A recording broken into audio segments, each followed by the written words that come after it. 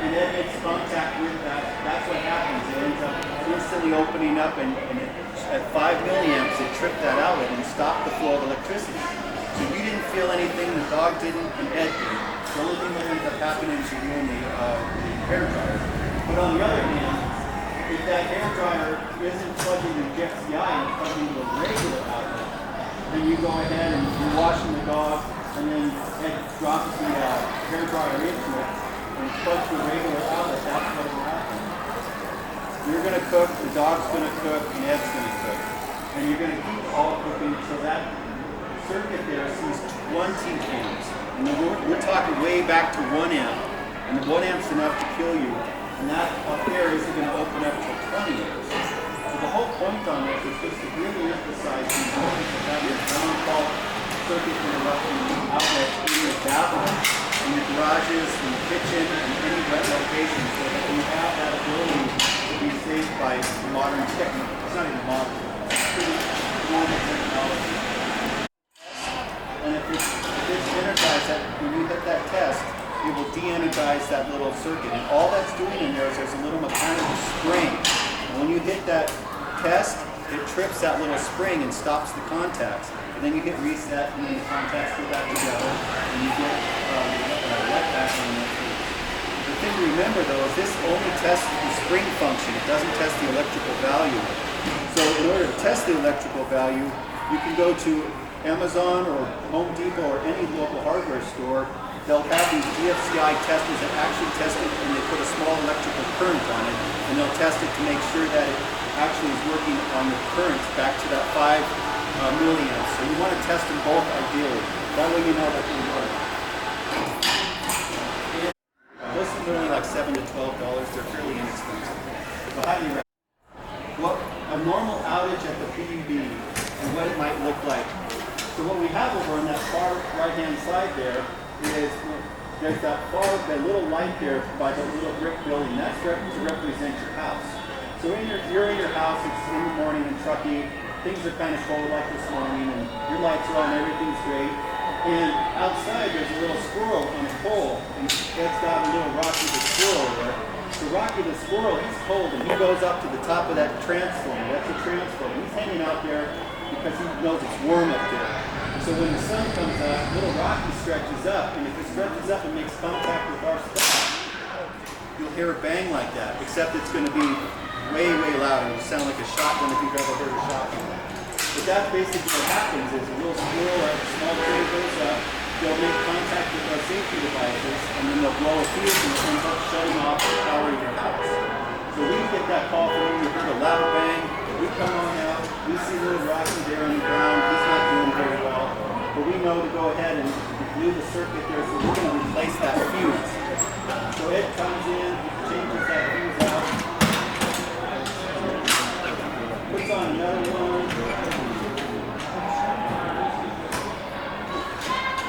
Because inside that mechanism it's messing with is a small fuse, and it's designed to blow up if something gets in contact. So Ed closes that up, and now you've got power to your house, and then everybody's back online, and you're happy, and then we're happy. And that is a typical outage in Truckee when it's not storm wind related, but it will be a small critter, and that's actually what happens. So with that's just our little rocking school there showing the outage. And I want you to pay attention to is Ed's tools right there. That's a specialized hot stick fiberglass metal is at 0, so the electricity is going to want to equalize through it. And that's touch potential. That was when that guy got out and was touching the car and touching the ground. That's touch potential. So with that, we're going to go ahead and run a tennis shoe on it and show you how it is when somebody's walking and they like to feel the step potential.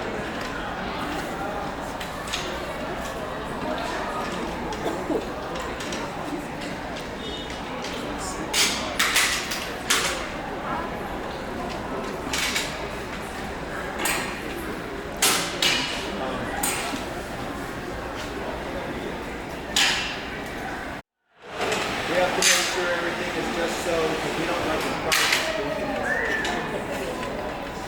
It's 7,200. So when they touch, they want to equalize. And that's what this arc is.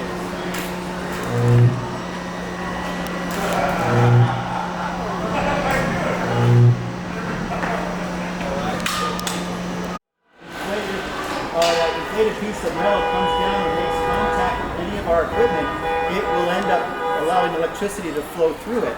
And so what Ed's going to do is he's going to put that sideways between that cutout, go sideways there. And it's going to light up our little house. And you can see the electrons flowing around the center of that. So that's a Mylar balloon. So when you go out and you have a nice birthday and you've got a Mylar balloon, what we highly recommend, if you would please, is put a hole in that thing when you're done with it and throw it in the trash. Because when you let that thing go and it floats around, fire hose all over the place. And that fire hose, if it's wet, and wire falls on it, it can become energized the whole length of the hose and light up your house at the far end. So the recommendation that we're trying to give you is, if there's a fire going on in the forest or in the house or anything, stay away from the hoses, stay away altogether, because you don't know what's energized. And you don't want to be part of that circuit because it'll light you up as much as it lights that house up. With that, another round, it can make contact and then it'll light up your house or you or whatever the contact is. And you can see as the light comes on and goes off, it just depends on the continuity, how much of a contact it has. If you get really good contact, it runs all the electricity through it. So another thing we could show you, we don't have one, is just a regular branch. Just a branch from outside, and put that between there. What we're trying to show you in this is the idea of looking up before you put anything in the air. A lot of people have aluminum ladders and extension ladders, and you'll go to set it up and climb up something, but if you haven't looked at you're not going to look to remember that. If you do, you don't have any metal, you're going to get electrocuted just like that. That hose there, or the hot valve here. You just want to make sure anything that's electrical in the car, you don't want to touch or make contact with.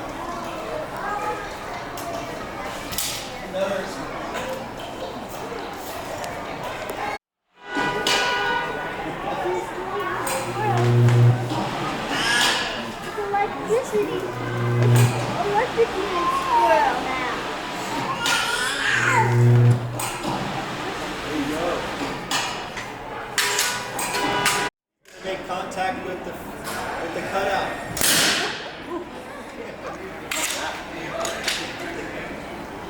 Now, if that was a real fuse, it would be very, very loud. But that was just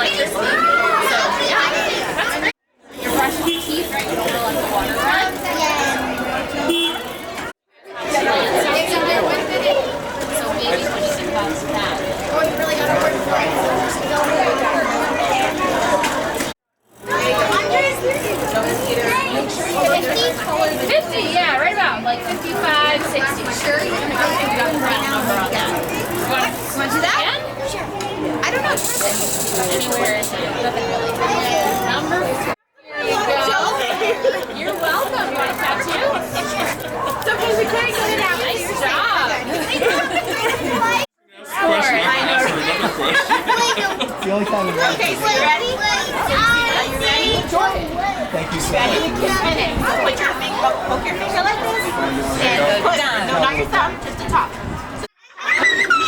When is Earth Day celebrated?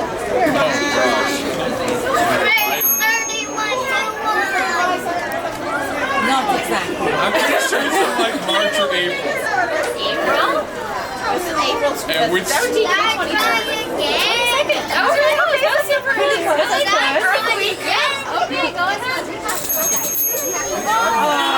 April. Oh no, that's your sister's Like to spin turn. now? Your turn to spin. Look at you. Yeah, she's got. Oh. That's twice as Okay, You got so seven. done. Oh, Sydney. Yeah, because look at our name, right? Truckee, Donner, CHP. Not Tahoe City. Good job. You want to spin one more time? That is tricky wording. I'll start with T. Number 12. Okay. This one's kind of tough too. So, right now, there is an amount of what, there's like a recommendation for how much water each person in our house should use every day. Do you have another idea? 15?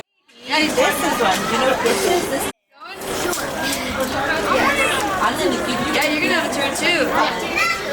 So when you're in the shower. What do you guys know each other? Ribbon. Come on. Everybody just got a president for marathon. That's a grocery bag. Remember, like your fingers don't touch that. Oh, Sealy. Here, you want me to do it for you?